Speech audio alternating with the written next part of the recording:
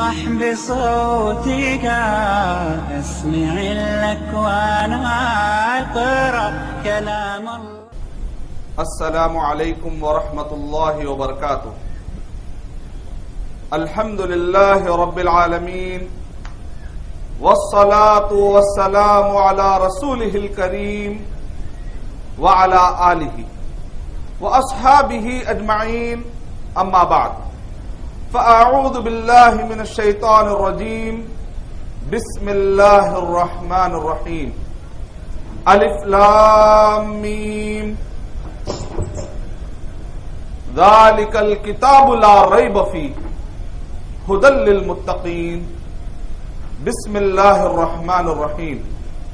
انا نحن نزلنا الذکر وانا له لحافظون. بسم اللہ الرحمن الرحیم.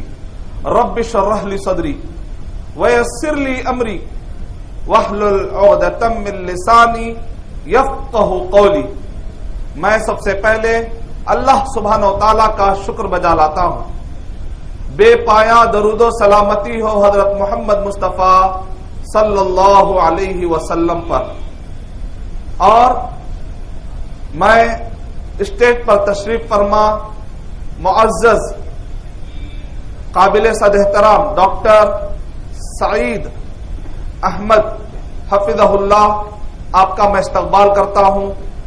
اور سامعین میں موجود معزز علماء کرام، بزرگان ملت، نوجوانان اسلام اور میری ماں اور بہنوں، میں آپ سب کا یہاں پر اسلامی طریقے سے استقبال کرتا ہوں اور میں مبارکبادی پیش کرتا ہوں کہ آپ جس محفل میں آئے ہیں یہ قرآن مجید سے جڑی ہوئی، اس کی خدمت سے جڑی ہوئی محفل ہے. اللہ سبحانہ و تعالی ہم کو اس کے خاص بندوں میں چن لے، پسند فرما لے. اور میں آپ کے خدمت میں ایک حدیث شریف رکھنا چاہتا ہوں. حدیث نمبر ہے 11633، طبرانی کا حوالہ ہے. اور ایک حدیث شریف جو کہ السلسلہ صحیحہ میں جلد نمبر 6 کے اندر. اور اس حدیث شریف کے اندر ایک بہت ہی پیاری بات آئی ہے. میں اپنی بات اس حدیث شریف سے شروع کر کے میں اپنے ٹاپک پر آتا ہوں انشاءاللہ. یہ حدیث کیوں بتانا چاہتا ہوں میں، اس کی ایک وجہ یہ ہے کیونکہ اس حدیث شریف میں قرآن مجید حفظ کرنے اور کرانے کے لیے، مدد کے لیے جو والدین محنت کرتے ہیں ان کی بڑی فضیلت آئی ہے. اس وجہ سے یہ حدیث شریف سنیں گے تو انشاءاللہ مجھے امید ہے کہ یہاں پر جو چھوٹے چھوٹے عمر کے بچے ہیں انشاءاللہ یہ بچوں کے اندر بھی ایک شوق پیدا ہوگا. اور ان کے جو ماں باپ جو یہاں پر آئے ہیں انشاءاللہ ان کو بھی ایک ہمت ملے گی، اور دوسرے بھی ماں باپ بڑے اپنے خاندان کے بچوں کو حفظ کرانے کے لیے انشاءاللہ ان کے اندر بھی شوق پیدا ہوگا. اور ایک کتنی عزت اور کتنے شرف کی بات ہے کہ دھوپ کا موقع ہے، گرمی کا موقع ہے، ہمارے خواتین برقعے میں بیٹھے ہوئے ہیں. پتہ نہیں کہ کیا تکلیف ہو رہی ہوگی، لیکن قرآن مجید سے محبت، اللہ سبحانہ و تعالیٰ سے محبت، اسلام سے محبت یہاں پر کھینچ لائی ہے ہم سب کو. اللہ سبحانہ و تعالیٰ ہم سب کا یہاں پر مل بیٹھنا قبول فرما لے. ہم چاہتے تو یہ ٹائم پر کہیں بیٹھ کر آرام بھی کر سکتے تھے، گھر میں آرام بھی کر سکتے تھے، لیکن یہاں پر آئے ہیں تو اسلام کی محبت اور اللہ اور اس کے رسول صلی اللہ علیہ وسلم کی محبت کے لیے آئے ہیں. اللہ سبحانہ و تعالیٰ ہماری محبت کو قبول فرما لے. کتنی پیاری یہ حدیثیں ہے کہ نبی اکرم صلی اللہ علیہ وسلم نے ارشاد فرمایا. شیخ البانی رحمۃ اللہ علیہ نے اس حدیث کو آتھینٹک کہا کہ نبی اکرم صلی اللہ علیہ وسلم نے ارشاد فرمایا کہ قیامت کے دن جو بچہ حافظ قرآن ہوگا، علماء کرام نے اس حدیث کا فہم میں یہ بتلایا ہے کہ ایک حافظ قرآن ہوگا، اس کے سر پر اللہ سبحانہ و تعالیٰ تاج رکھیں گے، اور اس کے سیدھے ہاتھ میں اور اس کے لیفٹ ہینڈ میں، دونوں ہاتھوں کے اندر اللہ سبحانہ و تعالیٰ ہمیشہ کی نعمتوں کے پروانے رکھ دیں گے. اور اس بچے کے والدین کو اللہ سبحانہ و تعالیٰ بہت ہی قیمتی جوڑا پہنائیں گے. والدین کہیں گے کہ اے اللہ اتنا قیمتی جوڑا آخر ہمیں کہاں سے مل گیا. والد بھی بولیں گے, والدہ بھی بولے گی کہ ہمیں اتنا قیمتی جوڑا کیسے مل گیا, کیوں ملا, جبکہ سب لوگ تو یہاں پر پریشان ہیں, ہمیں یہاں پر اتنی عزت کیسے مل گئی. تو اللہ سبحانہ و تعالی والدین سے کہیں گے تم نے جو رات دن محنت کی اپنے بچوں کے پیچھے تاکہ یہ بچے قرآن مجید کو حفظ کر لے, تاکہ یہ بچے قرآن مجید کو یاد کر لے, اللہ سبحانہ و تعالیٰ کو تمہاری ادا اتنی پسند آئی کہ آج حشر کے میدان میں سب کے سب پریشان ہیں, لیکن ایسے وقت پر تم کو عزت دی جا رہی ہے, تمہیں کپڑے پہنائے جا رہے ہیں, تمہیں قیمتی جوڑا پہنایا جا رہا ہے. اس کی وجہ یہ ہے کہ تم نے جو محنت کی ہے آج اللہ سبحانہ و تعالیٰ اس کا بہترین بدلہ دے رہے. کتنی پیاری حدیث شریف. اب بہت سارے ہمارے وہ حضرات جن کے بچے حافظ نہیں ہیں, ان کے دماغ میں خیال ہو رہا ہوگا کہ ہمارے بچوں کو بھی کلی ڈال دیں گے, اور اگر نہیں ڈالے تو پھر میرا قیامت میں کیا ہوگا. چلیے ان کے لیے ایک حدیث شریف اور ایک, یعنی جو بچے حافظ بن گئے ہیں ان کے لیے بھی یہاں پر فضیلت مل گئی, اور اسی طریقے سے جو بچے حافظ ہیں ان کے والدین کی بھی فضیلت آ گئی. اب وہ لوگ جو محروم ہو گئے یا جن کو بچے حافظ نہیں بن سکے یا وہ خود حافظ نہیں بن سکے, تو ان کو بھی محروم یا گھبرانے کی ضرورت نہیں ہے. اللہ سبحانہ و تعالیٰ نے ان کے لیے ایک بھی آپشن رکھا. محمد اقبال کیلانی حفظہ اللہ نے ایک فہم پیش کیا ہے اسی حدیث کے الفاظ جمع کر کے. کہا کہ اگر کوئی قرآن مجید یاد نہیں کر سکا, اس کے لیے مشکل ہو گیا یاد کرنا, یا اس کے بچوں کو کرا نہیں سکا, اس کو چاہیے کہ وہ روزانہ خوب قرآن مجید کی تلاوت کرے گا. اگر اپنا بہت سارا ٹائم قرآن مجید کے لیے نکالے گا, تلاوت کرتے رہے گا, اپنی محبت کا اظہار کرتے رہے گا, انشاءاللہ اللہ سبحانہ و تعالی کثرت سے قرآن مجید, زیادہ سے زیادہ قرآن مجید پڑھنے والوں کو بھی اللہ سبحانہ و تعالی یہ فضیلت دے سکتے. اللہ اکبر.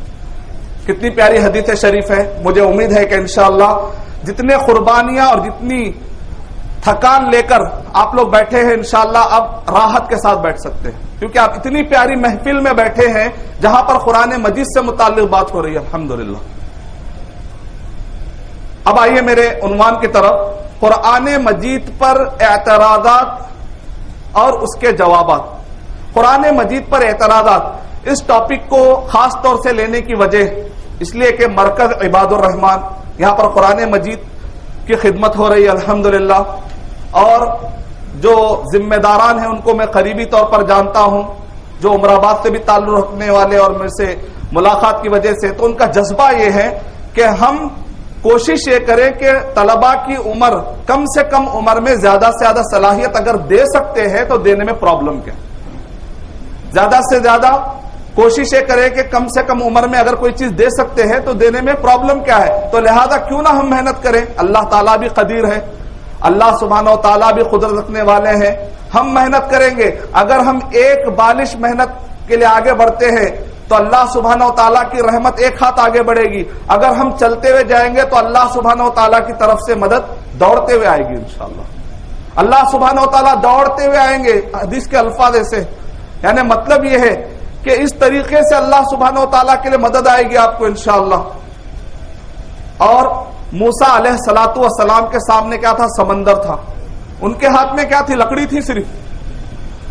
ظاہر بات ہے ایک لکڑی کے ذریعے سے سمندر کو پھاڑنا ایک مشکل کام ہے, اور اللہ سبحانہ و تعالیٰ بغیر لکڑی کے مار کے بھی سمندر کو پھاڑ سکتے تھے. اللہ سبحانہ و تعالیٰ کو موسیٰ علیہ الصلوۃ والسلام کی لکڑی کی کوئی ضرورت نہیں.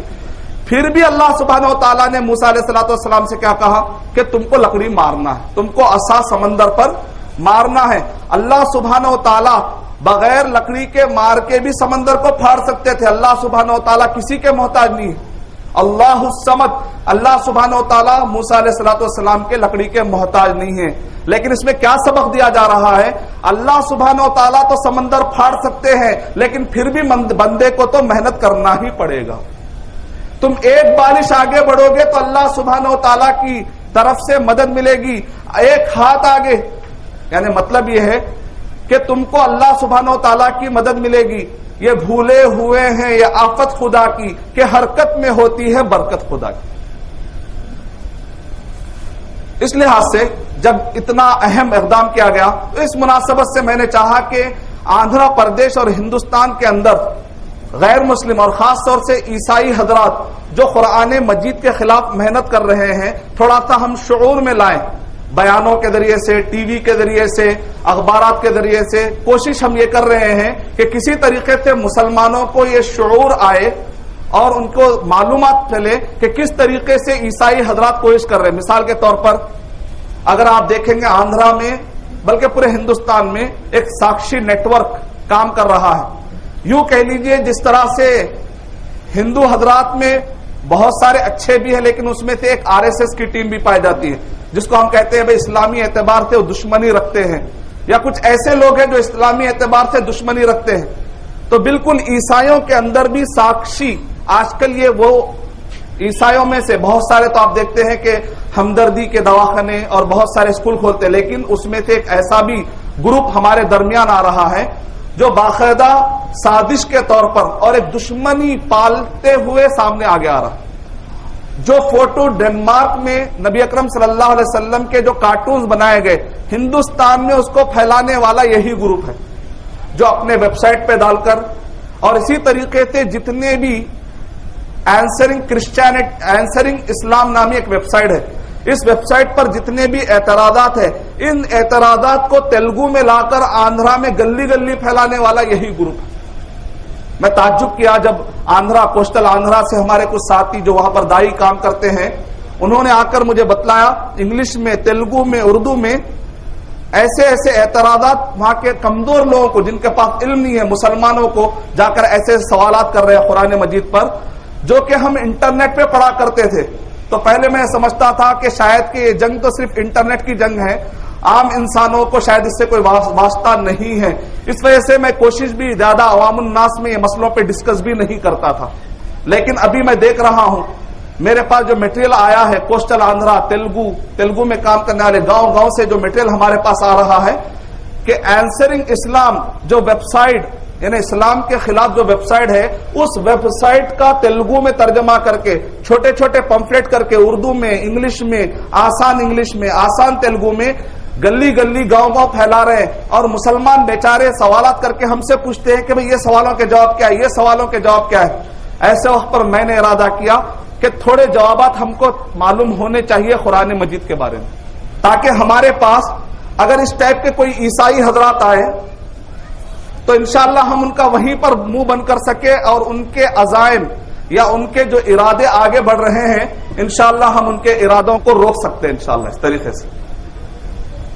تو سب سے پہلے اگر آپ دیکھیں گے تو یہ حضرات آپ کے پاس جو سوالات کرتے ہیں، مختلف قسم کے سوالات، مثال کے طور پہ قرآن مجید، وہ ساکشی گروپ کے پاس سے انہوں نے کیا ایک چھوٹا تھا پمفلیٹ نکال کے انہوں نے کہا کہ قرآن مجید کے اندر صحابہ اکرام تابعین جو آپس میں وہ قرآن مجید انہوں نے لکھا تھا، تو اس کو جا کر انہوں نے انٹرنیٹ سے نکال کے انہوں نے کہا دیکھو قرآن مجید فلاں کا ایک مصحف تھا، ان کے پاس نوٹس تھے، ایک صحابی کے کچھ نوٹس تھے، دوسرے صحابی کے کچھ نوٹس تھے، اس نوٹ کے اوپر صحابہ کیا کرتے تھے اپنی آسانی کے لیے، مثال کے طور پہ اگر اس لفظ کا کچھ تشریح ہوتی تھی، اس لفظ کا کچھ معنی ہوتا تھا، تو عربی میں آسانی کے لیے، یاد دہانی کے لیے اسی مصحف پہ بازو لکھ لیتے تھے عربی میں، اس یہاں پر یہ قرآن مجید کے یہ ورڈ کا یہ میننگ ہے عربی میں کہہ کر بازو لکھ لیتے تھے۔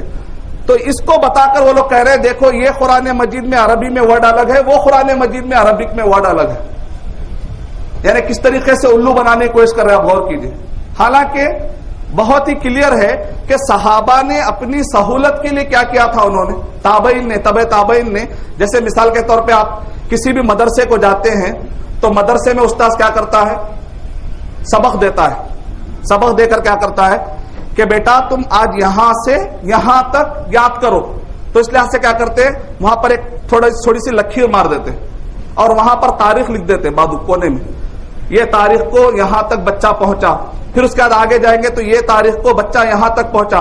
کل کے دن اگر کوئی قرآن اٹھا کر بولے ارے یہ قرآن مجید میں تو تاریخ نہیں ہے، بچے کے حافظ قرآن کے پاس جو قرآن مجید ہے اس کے اندر تاریخ ہے، لہذا قرآن بدل گیا، تو آپ بولیں گے بھائی آپ کو شاید معلوم نہیں ہے قرآن مجید محفوظ ہونے کا جو دعویٰ ہم کر رہے ہیں، یہ جو عربک ٹیکسٹ ہے اس کے اندر کوئی تبدیلی نہیں آ سکتی۔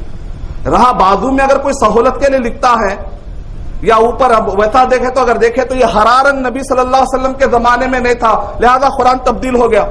اگر ویسا دیکھا جائے تو پھر یہ اٹا بھی نہیں تھا نبی صلی اللہ علیہ وسلم کے زمانے میں. کوئی آدمی بولے گا قرآن میں تبدیل ہو گیا, تو اصل قرآن مجید کے حفاظت کا جو دعویٰ ہے وہ اٹے کا یا رنگ کا یا آپ کی سہولت کے لیے نقطے لگائے یا زبر زیر لگائے یا آپ کی سہولت کے لیے لگائے گئے, ورنہ اصل جو ٹیکسٹ ہے الحمدللہ اس کے اندر ذرا بھر بھی تبدیلی نہیں آئی. تو یہ عام آدمیوں کو گمراہ کرنے کے لیے, سمپل طریقے سے بھٹکانے کے لیے اس طریقے سے کوشش کر رہے ہیں. تو آپ ان کو بتائیے, تو آپ کے پاس جو بائبل سیڈیوں میں آ رہی ہے تب تو آپ کی بائبل ہی بدل گئی, کیونکہ عیسیٰ علیہ الصلوۃ والسلام کے زمانے میں سی ڈی کہاں تھی بھائی. اس طریقے سے آپ ان کو سوال کر سکتے ہیں. جیسے اگر آپ موٹے موٹے انداز میں وہ لوگ آپ کو بھٹکاتے ہیں تو آپ موٹے موٹے انداز میں ان کو بھی شک میں ڈال دیجیے. ارے ہو زمانے میں سی ڈی کہاں تھی, پھر بھی آپ کی بائبل ہی بدل گئی. کالا اٹا, بائبل کے پر اکثر کیا رہتا, کالا اٹا رہتا. یہ جو کالا اٹا میڈ ان انڈیا کا ہے, یہ عیسیٰ علیہ الصلوۃ والسلام کے زمانے میں کہاں تھا بھائی, تو آپ اس کو بھی شک میں ڈال دیجیے. موٹے انداز میں اگر آپ کو وہ شک میں ڈالتا ہے تو آپ بھی اس کو موٹے موٹے انداز میں شک میں ڈال دیجیے. یہ ایک طریقہ ہے, لیکن میں کہہ رہا ہوں کہ اس سے بھی آگے جا رہے ہیں وہ لوگ. کس طریقے سے کام ہو رہا ہے, کس طریقے سے وہ لوگ محنت کر رہے ہیں قرآن مجید کو غلط ثابت کرنے کے لیے. قرآن مجید بدل گئی ہے, قرآن مجید محفوظ نہیں ہے, اس کے لیے عام لوگوں کو کس طریقے سے وہ لوگ بھٹکانے کی کوشش کر رہے ہیں, اس کا میں نے آپ کو ایک ہلکا سا نمونہ دیا. اب آئیے ان کے جو اعتراضات ہیں, ان اعتراضات میں سے پہلا اعتراض یہ ہے کہ کیسے تم یہ ثابت کرو گے کہ اللہ سبحانہ و تعالی موجود ہے, اور پھر تم یہ کیسے ثابت کرو گے کہ اس اللہ نے یہ قرآن مجید کو اتارا ہے. پہلا سوال, کیسے تم یہ ثابت کرو گے کہ اللہ ہے اور اس اللہ نے یہ قرآن مجید کو بھیجا ہے. ہو سکتا کوئی انسان لکھ لیا ہوگا, وہ اللہ تعالیٰ نے اس قرآن مجید کو بھیجا, کیسے تم پروف کرو گے, پہلا سوال. دوسرا سوال یہ ہے کہ کیسے تم یہ ثابت کرو گے کہ یہ قرآن مجید اترنے کے بعد ابھی تک بھی محفوظ ہے, بدلا نہیں, کیسے تم پروف کرو گے. تیسرا سوال, ان کے کچھ کامن عام اعتراضات ہیں, انشاءاللہ چھوٹے چھوٹے اعتراضات ہیں جو چلتے پھرتے وہ لوگ بسوں میں, ریل میں, گاڑیوں میں, جہاں پر بھی ٹھہرے ٹھہرے ڈالتے ہیں. ان کو باقاعدہ اس کی فیس ملتی ہے, باقاعدہ ان کو اس کے پیسے ملتے ہیں. 8-10 لوگوں کو جا کر میں نے دماغ میں یہ سوال ڈالا ہو تو باقاعدہ اس کے لیے پیسے ملتے ہیں ان کو. ان کا کام ہی وہ ہے, مثال کے طور پہ 10 لوگوں کو بولتے ہیں جاؤ جا کر یہ 6 سوالات کم سے کم رات ہونے تک 100 مسلمانوں کو ڈال کر آؤ, اس کے پیسے اتنے لے لو. تو ان کا کام خالی گھومتے رہتے, کون بچہ بیکار بیٹھا ہوا ہے, نکڑ پہ بیٹھا ہوا ہے, اسکول کو نہیں گیا, مدرسے کو پڑھنے نہیں گیا, تو آ کے پکڑ لیتے ہو. تو ان کا کام ہی وہی ہے, یہ چلتے پھرتے اعتراضات کے جوابات. چوتھا اعتراض, پہلا اللہ کو ثابت کرو اور قرآن کو اللہ کے پاس سے ثابت کرو. دوسرا یہ ہے کہ اللہ سبحانہ و تعالیٰ نے قرآن مجید جو اتارا ہے وہ اب تک محفوظ ہے, اس کے بارے میں کچھ بتاؤ. تیسرا چلتے پھرتے وہ لوگ ڈالنے والے اعتراضات. اور چوتھا یہ ہے کہ یہ قرآن مجید کو محمد صلی اللہ علیہ وسلم نے اپنی طرف سے لکھ لیا, اس کو اپنی طرف سے لکھ لیا ہے. لکھ کر وہ کہتے ہیں کہ یہ اللہ سبحانہ و تعالیٰ کا ہے, یعنی جھوٹ کہتے ہیں نعوذ باللہ. کیوں؟ تاکہ مال کمائے, تاکہ حکومت کمائے. پھر اس کے بعد ان کا اور ایک اعتراض یہ ہے کہ یہ قرآن مجید کو شیطان نے لکھا ہے. عیسیٰ کا اعتراض ہے کہ شیطان نے لکھا ہے. محمد صلی اللہ علیہ وسلم کے پاس ایک شیطان آیا تھا, اس شیطان نے آ کر کہا نتیجے میں قرآن مجید لکھ لیا ہے. تو آئیے ہم بسم اللہ کرتے ہیں. پہلا اعتراض کہ کیسے تم یہ ثابت کرو گے کہ اللہ سبحانہ و تعالیٰ ہے, مسلمان جس کو مانتے ہیں کہ اللہ ہے, اور وہ اللہ سبحانہ و تعالیٰ نے یہ قرآن مجید کو بھیجا ہے, کیسے آپ ثابت کریں گے؟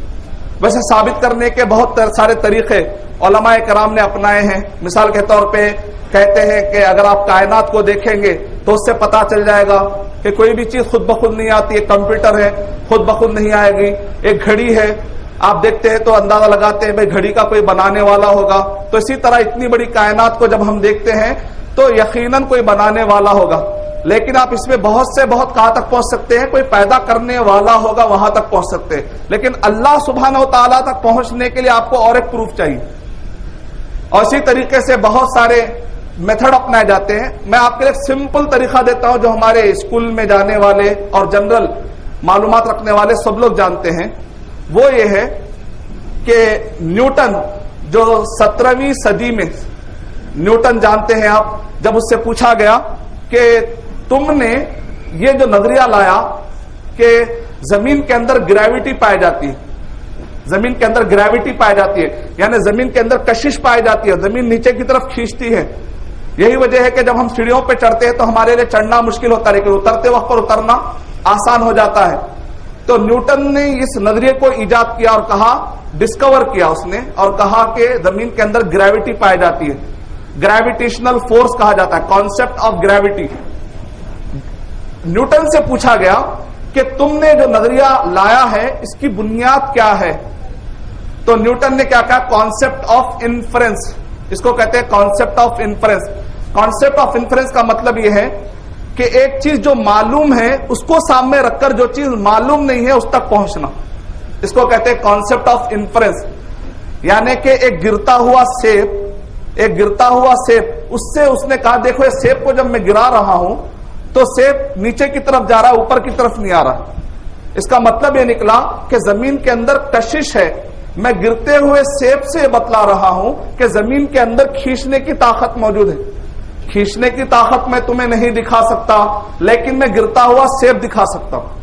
گرتا ہوا سیب کی وجہ سے تم یہ سمجھ جا سکتے ہو اس میں کیا چیز نظر آ رہی ہے. گرتا ہوا سیب نظر آ رہا ہے، لیکن اس کے اندر جو زمین کھینچ رہی وہ تو نظر نہیں آ رہا ہے. تو کہتے ہیں کہ گرتے ہوئے سیب کے ذریعے سے زمین کے اندر کی جو کشش ہے جو نظر نہیں آ رہی ہے، لیکن اس کے ذریعے سے مجھے وہ پتا چل گیا.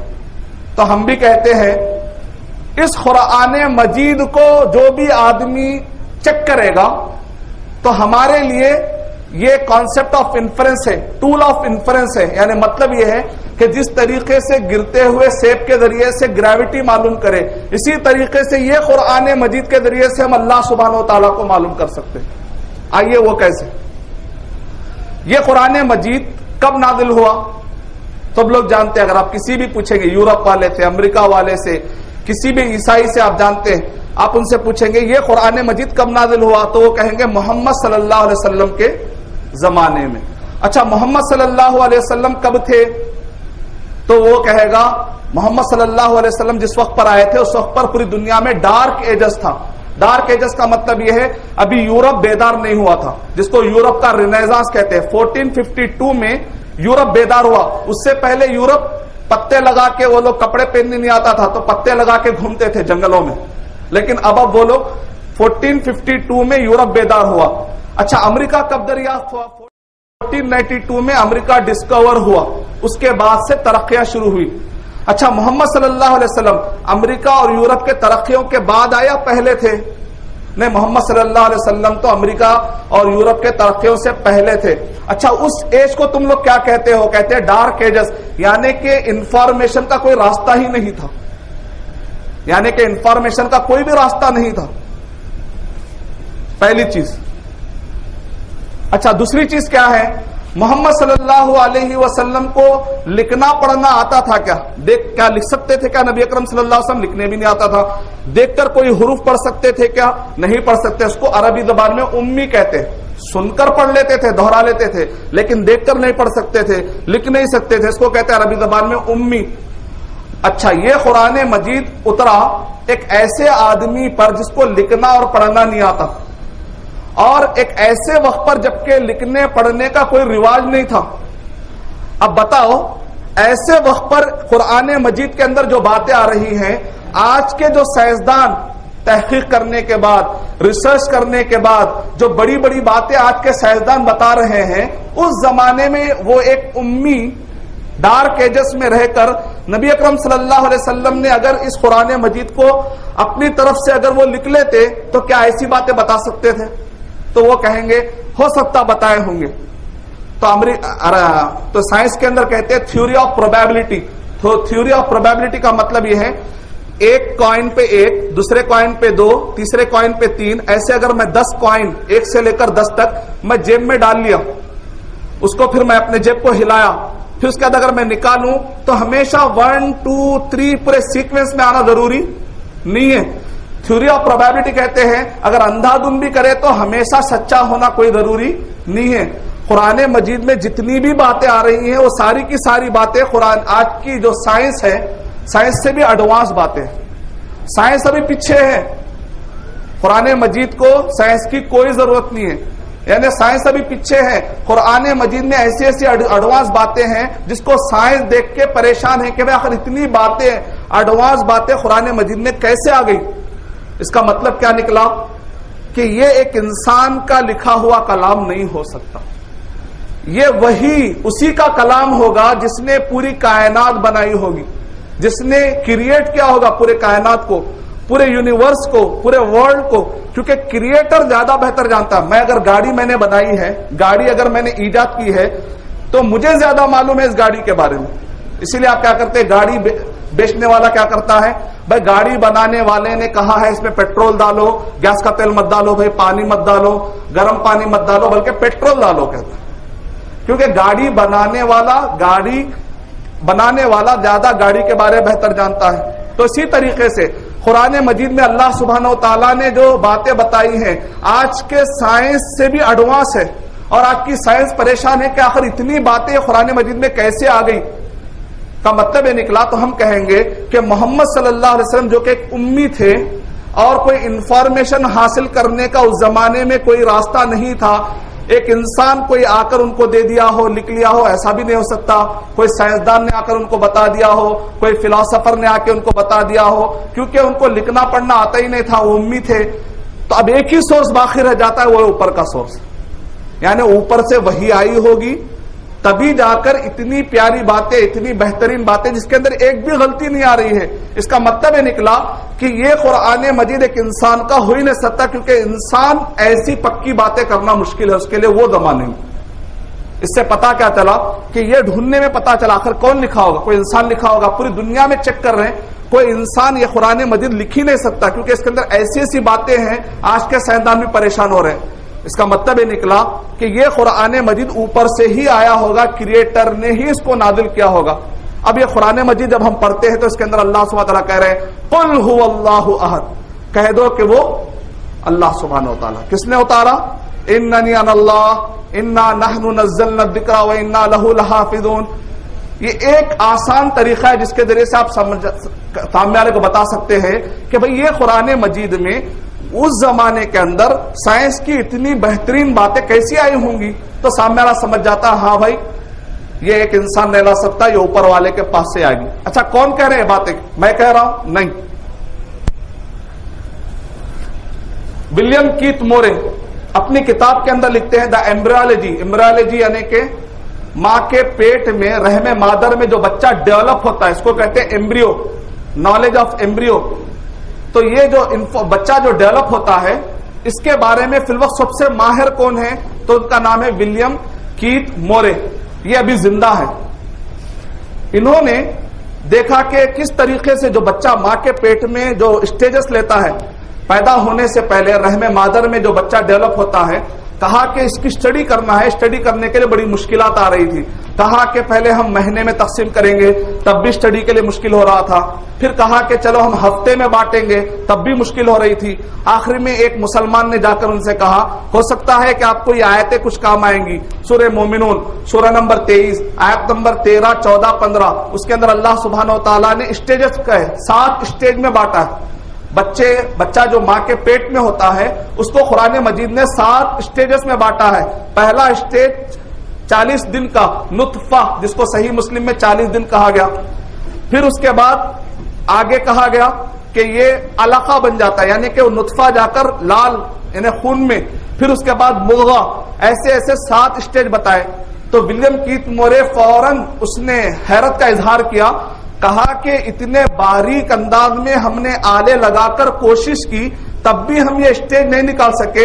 قرآن مجید میں 1400 سال پہلے نبی اکرم صلی اللہ علیہ وسلم نے اس کتاب کے اندر 7 اسٹیج بتائے جو پرفیکٹ میچ ہوتے ہیں اسٹڈی کرنے کے لیے, بچے کے گروتھ کو معلوم کرنے کے لیے. اس سے بہترین کوئی طریقہ نہیں ہے. تو لوگوں نے کہا یہ قرآن مجید کس نے لکھا؟ تو طلبہ نے پوچھا آپ ہی بتائیے سر کہ کس نے لکھا ہوگا. پھر اس کے بعد وہ اپنے اسٹوڈنٹ سے پوچھتے ہیں اچھا بتاؤ تو صحیح کہ یہ قرآن مجید کس نے لکھا ہوگا. تو پورے جو نان مسلم وہاں پر اسٹوڈنٹ تھے انہوں نے فوراً کہا محمد صلی اللہ علیہ وسلم نے لکھ لیا ہوگا, اس میں کیا پرابلم ہے. اچھا یہ بتاؤ کہ اتنا باریک جو انہوں نے فارمولا بتایا اس کے اندر, یہ کیسے بتایا ہوگا. تو بچوں نے کہا اس زمانے میں کوئی مشین تھی ہوگی, اس مشین سے دیکھ کر بتلا دیا ہوگا. تو اس کے بعد ولیت کیت مورے نے کہا ہاں بالکل تم ٹھیک کہہ رہے ہو, محمد صلی اللہ علیہ وسلم نے اس مشین سے بتانے کے بعد اس مشین کو ڈیزرٹ میں صحرا میں چھپا دیا بھی ہوگا. آج کے زمانے میں ایسی مشین آنا مشکل ہے, اس زمانے میں کہاں تھی وہ مشین 1400 سال پہلے. اس کے بعد انہوں نے لکھا مجھے یقین ہے, میں اس بات کو ماننے میں مجھے کوئی شک نہیں ہے, یہ انسان نہیں لکھ سکتا, یہ صرف اور صرف اوپر والے کی طرف سے آ سکتی, جو کریٹر ہے, جو بچے کو پیدا کرنے اور بچے کے تخلیق کے مرحلوں کو جانتا ہے, وہی اتنے باریک انداز سے بتا سکتا ہے. میں ماننے کے لیے تیار ہوں کہ یہ قرآن مجید کس کی طرف سے ہے, اللہ سبحانہ و تعالیٰ. It has been a great pleasure for me to help clarify statements in the Quran about human development. It is clear to me that these statements must have come to Muhammad from God or Allah, because almost all of this knowledge was not discovered until many centuries later. This proves to me that Muhammad must have been a messenger of God or Allah. تو پہلے یہ ثابت ہو گیا کہ یہ قرآن مجید ڈھونڈے تو بھی انسانوں سے نہیں مل رہا. اس کا مطلب یہ قرآن مجید اللہ سبحانہ و تعالیٰ کی طرف سے ہے. تو ہم کہیں گے اب آ جائیے نیوٹن کی فلسفی لے کر آ جائیے آپ. نیوٹن نے کیا کہا, گرتے ہوئے ایپل سے تم معلوم کر سکتے ہو وہ چیز جو نظر نہیں آ رہی, وہ چیز کیا ہے, کشش, زمین کی کشش ہے, وہ چیز نظر نہیں آ رہی, تم گرتے ہوئے ایپل سے وہ معلوم کر سکتے ہو. تو اسی طریقے سے اس قرآن مجید کے ذریعے سے معلوم کر سکتے ہیں کہ اللہ سبحانہ و تعالیٰ موجود ہے, ایک کریٹر موجود ہے جو اتنے باریک انداز میں اس میں باتیں بتلا رہا ہے. اور ایک مثال بھی آپ دے سکتے ہیں کہ کیسے تم ثابت کرو گے کہ یہ قرآن مجید اللہ سبحانہ و تعالیٰ کی طرف سے ہے. اور ایک بھی آپ مثال دے سکتے ہیں, مثال کے طور پر بگ بینگ تھیوری, یعنی کہ ایک بہت بڑا دھماکہ ہوا, نتیجے میں کائنات بٹی, اور اس کے بعد پورے زمین اور تارے, یہ جو گیلیکسیز ہیں, کتنے گیلیکسی پائے جاتے ہیں فی الوقت, 100 بلین گیلیکسی پائے جاتے ہیں. 100 بلین گیلیکسی میں سے ایک گیلیکسی کا نام ہے ملکی وے گیلیکسی. اس ایک گیلیکسی کے اندر 200 بلین تارے ہیں, 45 سیٹلائٹ ہیں, اور 8 پلانٹ ہے. پہلے 9 کہتے تھے, اب سائنسدان کہہ رہے ہیں صرف 8 میں سے ایک زمین ہے چھوٹی. ایک گیلیکسی ایسی ہے. ویسے کتنے گیلیکسی پائے جاتے ہیں دنیا میں, 100 بلین گیلیکسی پائے جاتے ہیں. اتنی بڑی کائنات ہے نا, اتنی بڑی کائنات ہے. تو یہ کیسا وجود میں آئے, تو کہتے ہیں بگ بینگ تھیوری, ایک بہت بڑا دھماکہ ہوا, اس کے بعد یہ لوگ ٹوٹ کر الگ الگ ہوئے اور ایک کائنات بن گئی پوری. اچھا, اس کے بارے میں کب پتا چلا, تو کہتے ہیں حال ہی میں 40-50 سال کے اندر یہ معلومات ہمارے سامنے آئی ہیں. جب ہم نے ان کو جا کر, جب مسلمان نے کہا, سورہ انبیاء سورہ نمبر 21 کی آیت نمبر 30 کے اندر اللہ سبحانہ و تعالیٰ ارشاد فرما رہے ہیں, اولم یر الذین کفروا ان السماوات والارض کانتا رتقا ففتقناہما, کیا کافر غور نہیں کرتے, دیکھتے نہیں ہیں کہ پہلے زمین اور آسمان دونوں ملے ہوئے تھے, ہم نے ان کو الگ کر دیا. حضرت عبداللہ بن عباس رضی اللہ تعالی عنہ سے آ کر ان کے شاگردوں نے پوچھا, تفسیر قرطبی کے حوالے کے مطابق, کہ اس آیت کی تشریح کیا ہے. تو حضرت عبداللہ بن عباس رضی اللہ تعالیٰ نے فرمایا, اس آیت کو سورہ فصلت سورہ نمبر 41 کے آیتوں, شروع کے آیتوں سے جوڑ کر پڑھو گے تو سمجھ میں آئے گا. وہ یہ کہ فہیہ دخان, کہ پہلے وہ ایک نیبولا کی طرح تھے, یعنی دونوں زمین اور آسمان دونوں کے دونوں پہلے ملے ہوئے تھے. اللہ سبحانہ و تعالیٰ نے خلا کے ذریعے سے, آج جس کو ہم اسپیس کہتے ہیں, اسپیس, اللہ تعالیٰ نے خلا کے ذریعے سے زمین اور آسمان کو الگ کر دیا. یہ تفسیر کس نے کی, حضرت عبداللہ بن عباس رضی اللہ تعالیٰ نے, جو 1400 سال پہلے کے تھے. آج سائنسدان آ کر کہہ رہے ہیں آلات کو ذریعے سے, آلات کو دیکھ کر, عبداللہ بن عباس رضی اللہ تعالیٰ ایڈوانس ہوئے یا آج کے آلات کے سائنسدان ایڈوانس ہوئے؟ عبداللہ بن عباس رضی اللہ تعالیٰ. قرآن مجید میں اگر تدبر کرو گے, غور و فکر کرو گے, تو اس میں ایسے ایسے علوم ہیں کہ جو علوم پرفیکٹ طریقے سے سائنسدان بھی نہیں لا سکتے. الحمدللہ حضرت عبداللہ بن عباس رضی اللہ تعالیٰ عنہ نے بگ بینگ تھیوری کا نظریہ, اس کی تشریح 1400 سال پہلے انہوں نے کر دی. اور ایک بھی آپ مثال دے سکتے ہیں کہ پوری جو دنیا ہے، میں آپ پورے انسان جتنے بھی ہیں، یہاں تک کہ دیوار، پتھر، اینٹ، اگر آپ کسی سے پوچھیں گے بھئی ان سب کا بیس کیا ہے، تو آج کے سائنسدان کہتے ہیں ان سب کے اندر ڈی این اے پایا جاتا ہے، اور جو ڈی این اے ہے اس کا بیس کس پر ہے؟ پانی پر ہے۔ جو ڈی این اے ہے H2O فارمولے کے ذریعے سے یہ ڈی این اے اپنے غذا کو ایکوائر کرتا ہے، کہتے ہیں۔ آئیے قرآن مجید پڑھیے آپ، سورہ انبیاء سورہ نمبر 21 آیت نمبر 30، وَجَعَلْنَا مِنَ الْمَاءِ كُلَّ شَيْءٍ حَيٍّ أَفَلَا يُؤْمِنُونَ، ہم نے ہر چیز کو پانی سے بنایا، کیا پھر بھی ایمان نہیں لاتے وہ لوگ؟ یعنی جس کو سائنسدان آج اتنے تحقیق کے بعد کہہ رہے ہیں کہ پوری کائنات بیس ہے ڈی این اے پر، اور ڈی این اے بیس ہے پانی پر، یہ پانی قرآن مجید اللہ سبحانہ وتعالیٰ کہہ رہے ہیں ہر چیز کو پانی کی ضرورت پڑتے رہتی ہے۔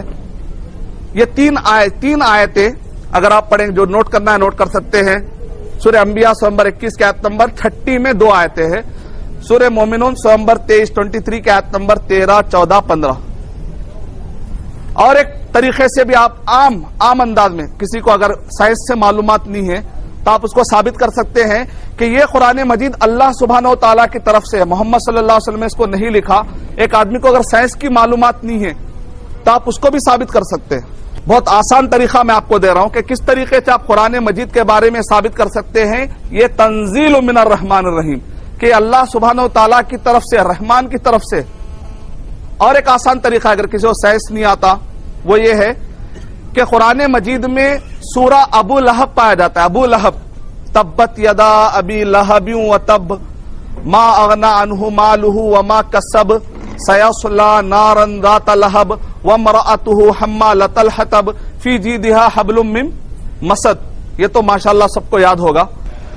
ایک آسان طریقے سے بھی آپ سب کو سمجھا سکتے ہیں۔ اگر کسی کو سائنس نہیں معلوم ہے تو آپ ایک آدمی بولے گا بھائی ہر ایک کو تو سائنس نہیں معلوم ارشد بھائی، ہم کیسے ثابت کریں گے، اور ہم کو بھی سمجھانا ذرا مشکل ہے بعض اوقات۔ تو آسان طریقے سے آپ سمجھا سکتے ہیں کہ یہ قرآن مجید محمد صلی اللہ علیہ وسلم نے اپنی طرف سے نہیں لکھا، بلکہ یہ اللہ سبحانہ و تعالیٰ کی طرف سے ہے، یہ ان کا کلام ہے۔ کیسے آپ ثابت کریں گے؟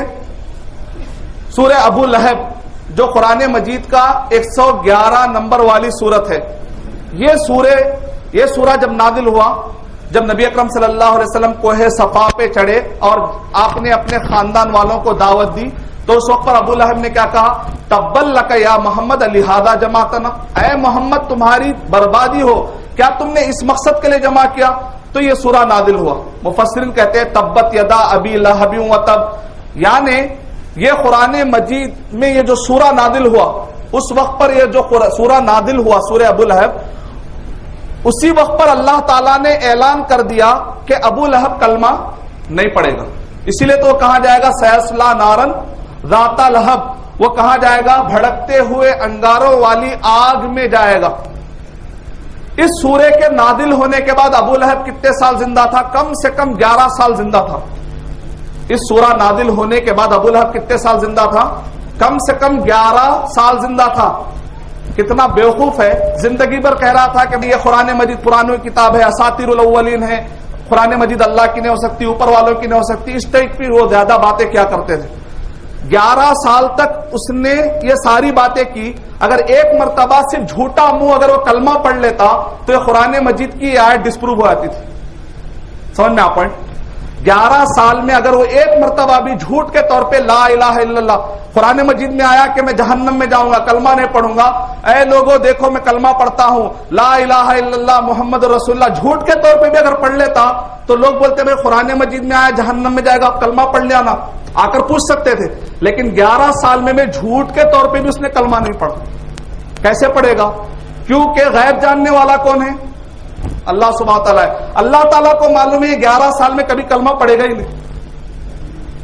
اس کا مطلب کیا نکلا؟ یہ قرآن مجید کوئی انسان نے نہیں لکھا، ایک غیب جاننے والے نے لکھا، جو نہ صرف وہ 11 سال کا غیب جانتا ہے بلکہ پوری کائنات، وہ عالم الغیب ہے، وہ الغیب ہے، سارے الغیب کو جانتا ہے۔ اس کا مطلب وہ اللہ سبحانہ و تعالیٰ ہی ہو۔ یہ طریقے سے آپ پروف کر سکتے ہیں۔ اور ایک طریقے سے آپ پروف کر سکتے ہیں وہ ہے کہ اس کی جو عربک ہے، قرآن مجید میں تو اللہ سبحانہ و تعالیٰ نے چیلنج بھی دے دیا۔ جو کفار تھے وہ لوگ کہتے تھے ہو سکتا کہ بعد لوگوں نے سکھا دیا ہوگا، سکھایا ہوا بولا ہے، کسی نے سکھا دیا ہوگا، کہیں پر سے لے لیا ہوگا، اس ٹائپ کی باتیں بھی کیا کرتے تھے. تو ایسے وقت پر اللہ سبحانہ و تعالیٰ نے ان کو چیلنج دیا، اگر تم کو شک وَإِن كُنتُمْ فِي رَيْبٍ مِّمَّا نَزَّلْنَا عَلَىٰ عَبْدِنَا، سورہ بقرہ سورہ نمبر 2 آیت نمبر 23 اور 24، اگر تم کو شک ہے کہ یہ قرآن مجید محمد صلی اللہ علیہ وسلم کے لیے اللہ تعالیٰ کی طرف سے ہے بول کر شک میں، اگر تم کس میں شک میں ہے؟ مما نزلنا، کہ ہم نے اس کو اتارا ہے، اس میں شک ہے. اسی وجہ سے تو تم کہہ رہے ہو کہ نہیں اوپر سے نہیں آیا، لوگوں نے لکھ لیا ہوگا، محمد صلی اللہ علیہ وسلم نے لکھ لیا ہوگا. اگر تم کو شک ہے ہماری طرف سے ہے بول کر، تو ایسے وقت پر فَأْتُوا بِسُورَةٍ مِّن مِّثْلِهِ، سورہ طور سورہ نمبر 52 کے آیت نمبر 34 میں اللہ سبحانہ و تعالیٰ نے ارشاد فرمایا فَلْيَأْتُوا بِحَدِيثٍ مِّثْلِهِ، یعنی قرآن مجید لاؤ کہا پہلے، پورا مکمل جتنا قرآن میں اتر رہا ہے ویسا قرآن مجید لاؤ. ٹکر میں چیلنج کیا قرآن مجید میں. جب دیکھے کہ پورا قرآن مجید لانا مشکل ہو گیا تو اللہ سبحانہ و تعالیٰ نے پھر ایک مرتبہ کہا سورہ بنی اسرائیل نمبر 17 کے آیت نمبر 88 میں، ایسا کرو تم انسان جن پورے لوگوں کا سپورٹ لے لو، جتنے بھی عربی جاننے والے شاعر ہیں سب کو لے لو، اکیلے نہیں پورے لوگ مل کر لاؤ. پھر جواب نہیں آیا، کئی دنوں تک جواب نہیں آیا. تو اس کے بعد سورہ ہود سورہ نمبر 11 کے آیت نمبر 13 نازل ہوئی، ایسا کرو 10 سورے لا لو، 10 سورے لا لو. ٹھیک ہے پورا قرآن میں مشکل ہو رہا ہوگا، عربی جاننے والے تم کہہ رہے ہو کہ محمد صلی اللہ علیہ وسلم نے اس کو اپنی طرف سے لکھ لیا ہے، تو تم بھی تو انسان ہو، محمد صلی اللہ علیہ وسلم بھی انسان ہے، تم بھی انسان ہے. محمد صلی اللہ علیہ وسلم بھی الف لام میم، ایسے ہی عربی سے جو الف لام میم ہا میم عربی کے حروف ہے، کوئی نئی زبان نہیں ہے، یہ عربی کے ہی حروف سے بنی ہوئی قرآن مجید ہے. تم بھی عربی جانتے ہو، تم بھی شاعر ہو، تمہارے پاس معلقات ہے، تمہارے پاس امرؤ القیس اور ایسے ایسے بڑے شاعروں کے تم نسل کے ہو، تمہارے پاس بڑے بڑے شاعر ہیں، تم بھی عربی جانتے ہو، پھر لے کر آؤ. اگر محمد صلی اللہ علیہ وسلم ایک انسان ہو کر عربی جان کے لکھ سکتے تو تم بھی تو لکھ سکتے نا، پھر لے کر آؤ. کہا 10 سورے تو لے کر آؤ، جواب نہیں آیا پھر بھی. تو اس کے بعد اللہ سبحانہ و تعالیٰ نے سورہ یونس سورہ نمبر 10 کے آیت نمبر 38 نازل کی.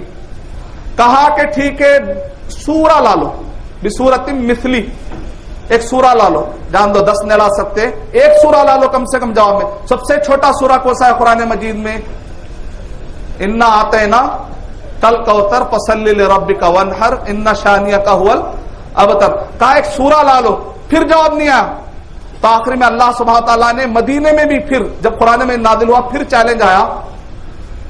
سورہ بقرہ سورہ نمبر 2 آیت نمبر 23 اور 24 میں کہا من مثلی.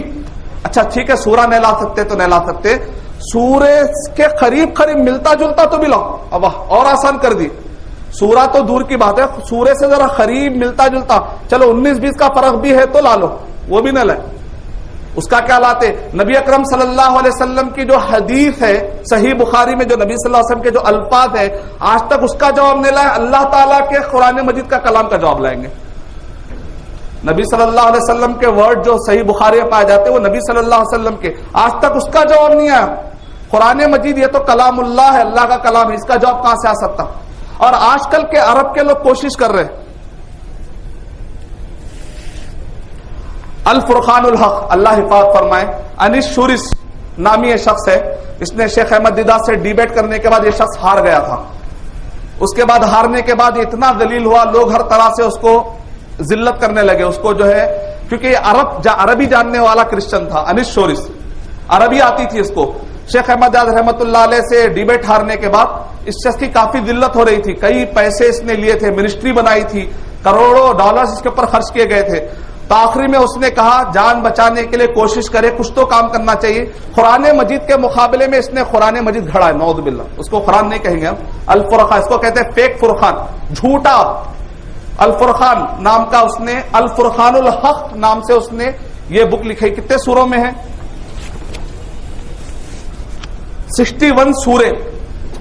کہا کہ قرآن مجید کہتا ہے کہ ایک سورہ لاؤ، میں تو 67 سورے لا لیا، میں تو 67 سورے لایا. اور اس نے بھی شروع کیا، پہلے سورے کا نام اس نے رکھا بسملہ. یہ آپ دیکھ رہے ہیں. اللہ حفاظت فرمائے ہمارے نونہال جو معصوم لوگ ہیں، جن کو جو لوگ عربی ہمارے پاس ہندوستان میں کیسا ہے جانتے ہیں آپ؟ کوئی بھی چیز عربی میں دکھتے ہی فوراً شروع کرا لیتے ہیں اپنے پاس. عربی میں دکھتے فوراً ارے کیا ہے دیکھو بائبل, پھر پھینک دو. پہلے چیک کرنا چاہیے. مومن بندے تو وہ ہوتے ہیں لم یخروا علیہا ثم وعمیانا, اندھے بہرے ہو کے گرتے رہے. تو یہی ہوا تھا پھر آخر میں. نیٹ پہ بہت سارے ہمارے نیٹ پہ بیٹھنے والے ہمارے بھائیوں کو معلوم نہیں ہوتا, وہ لوگ کیا کرے, نور ہے تو سورۃ النورین کر ڈالے, سورۃ البسملہ, سورۃ الوصایا. آپ دیکھ رہے عربک ورڈ ہے نا, تو کئی لوگ کیا کر رہے ہیں انٹرنیٹ پہ جب یہ سورے آ رہے رمضان مبارک میں, بھائی قرآن مجید آج ہی آیا, بھائی آج ہی میرے دوست بھیجا ہے بول کے پڑھ لیتے بیٹھ جا رہے بائبل, جبکہ وہ من گھڑت گھڑے ہوئے سورے ہیں, جبکہ اوپر گھڑے ہوئے سورے ہیں. شیخ احمد دیداد رحمت اللہ علیہ کے فرزند جب مدینہ طیبہ آئے تو انہوں نے اپنے ساتھ ایک ایسا قرآن مجید لایا تھا, اٹا پورا سعودی عرب کا ہے, پورا اٹا سعودی عرب میں جو قرآن میں چھپ کر آ رہا ہے, اندر پورے عربک میں بائبل ڈال دی انہوں نے, ڈال کے نیوزی لینڈ کے اندر مسجدوں کے اندر رکھ دیے. عیسائی جب کوئی نہ رہتا تو مسجدوں میں گھس کے کیا کر دیے, وہ لوگ رکھ دیے. اور بہت سارے لوگ صبح میں قرآن مجید کی تلاوت کرتے ہیں تو بائبل کی پڑھ رہے ہیں, ان کو معلوم ہی نہیں. طوطا مینا سے پڑھنے کے یہ نقصانات ہوتے ہیں. ہمارے پاس کہتے ہیں قرآن سمجھ میں نہیں آتا نا, عربی کی وہ اردو کی آئیو جائیو کھائیو والی اردو سمجھ میں آتی, ایک دم کھنی گجراتی اردو وہاں کے علماء لکھتے بیٹھ کر, بہار کے علماء بیٹھ کر لکھتے, وہ اردو سمجھ میں آتی ہے. اس کے لیے بڑی کوشش کر کے پڑھتے ہیں لوگ, ہرے اور پیلے ساری کتابیں پڑھتے ہیں. قرآن مجید کے بارے میں کہہ رہے نہیں بھائی سمجھ میں نہیں آتی. غیر مسلم قرآن مجید کا ترجمہ سمجھ کے کلمہ بھی پڑھ لے رہے, اور ہمارے مسلمان بول رہے ہیں ہمیں وہ سمجھ میں نہیں آتی. عجیب بات, غیر مسلم کلمہ بھی پڑھ لے رہے قرآن میں سمجھ کر. ہاں تفسیر مت کریے, کیونکہ جو علماء کے لیے وہ آیت ہے جس کے اندر تفسیر ہے, مسئلے مسائل ہے, وہ علماء کے لیے چھوڑ دیجئے. لیکن قرآن مجید میں نبیوں کے قصے ہیں. قل هو اللہ احد, کہہ دو کہ اللہ اکیلا ہے, ایک ہے اللہ, دو ہے. دو سمجھ میں آیا کسی کو؟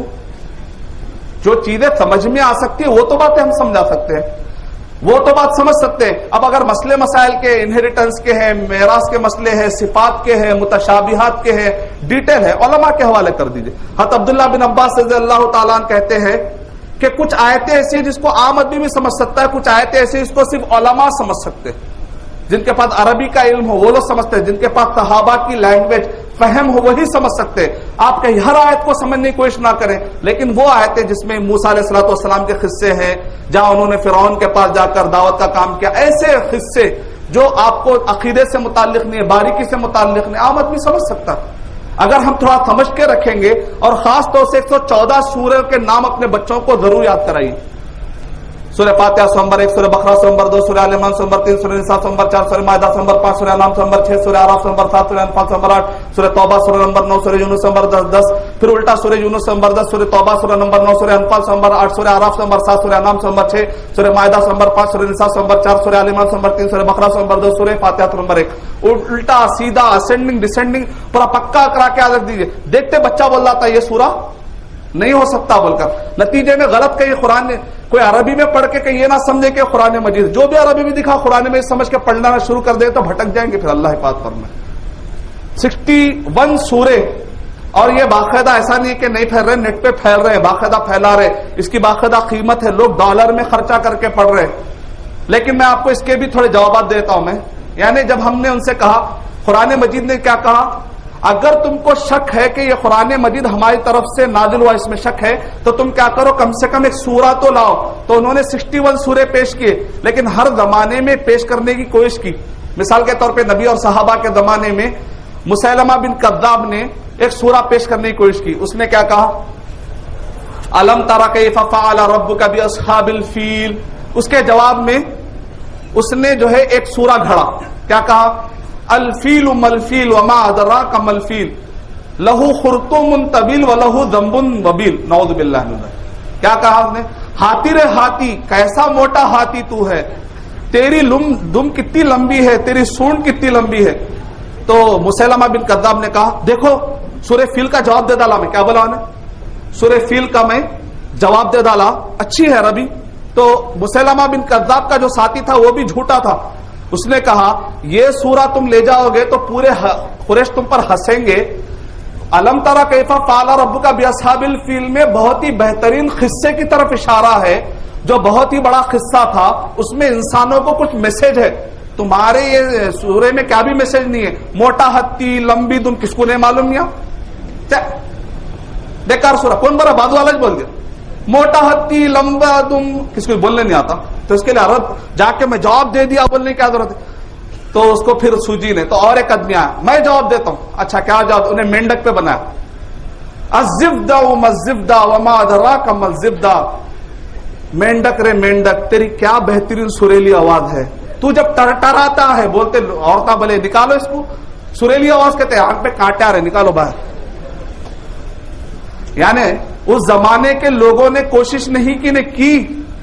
آج کے عرب کے لوگ کوشش کر رہے ہیں. ہم بول رہے ہیں جس وقت پہ تمہارے ابا موجود تھے، عربی زبان کے جاننے والے ابا موجود تھے، وہ لوگ خود ہمت نہیں کرے آج کی ٹوٹی پٹی عربی لا کے قرآن مجید کے مقابلے میں کیا ٹھہرے. چلو بولو. پہلا جواب کیا دینا ہے آپ کو؟ جب عرب کے ابا موجود تھے، تمہارے ابا موجود تھے عربی جاننے والے، امرؤ القیس، بلکہ مؤلخہ لکھنے والے، جو زمانے کے بڑے بڑے شاعر تھے، اس میں سے ایک شاعر نے تو کلمہ بھی پڑھ لیا. ان سے پوچھا کہ آپ کلمہ کیوں پڑھ رہے ہیں؟ کہا کہ میں جو عربی بولتا ہوں میری عربی کعبے پہ لٹکاتے ہیں، لیکن جب سے یہ قرآن مجید کو میں پڑھنا شروع کیا ہوں میرا جی چاہتا ہے کہ اب کعبے پر کوئی چیز نہ لٹکے بلکہ قرآن مجید. کسی ایک صحابی نے کیا کر دیا، جا کر کعبے پر قرآن مجید کی آیتوں کو لکھ دیا. اس کے لکھنے کے بعد مؤلخات لکھنے والے شاعر نے عربی جاننے والا، اس نے کیا کہا، اب میری شاعری پھیکی نظر آتی ہے مجھے قرآن مجید کے بعد.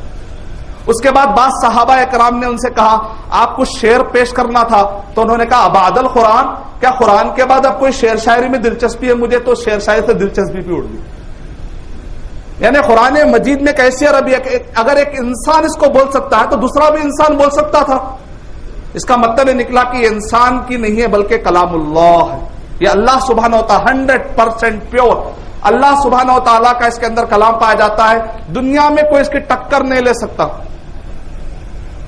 تو آپ اس طریقے سے عربی گرامر سے بھی سمجھا سکتے ہیں. یا سورہ ابو لہب کی میں نے جو مثال دی ہے کہ 11 سال ہو گئے اس نے کلمہ نہیں پڑھا، اس طریقے سے سمجھا سکتے ہیں. اگر سائنس کا جاننے والا ہے تو اس کو سائنس کے حوالے سے آپ اس کو بات سمجھا سکتے ہیں. قرآن مجید میں اللہ سبحانہ و تعالیٰ نے اور ایک بھی طریقہ کہا.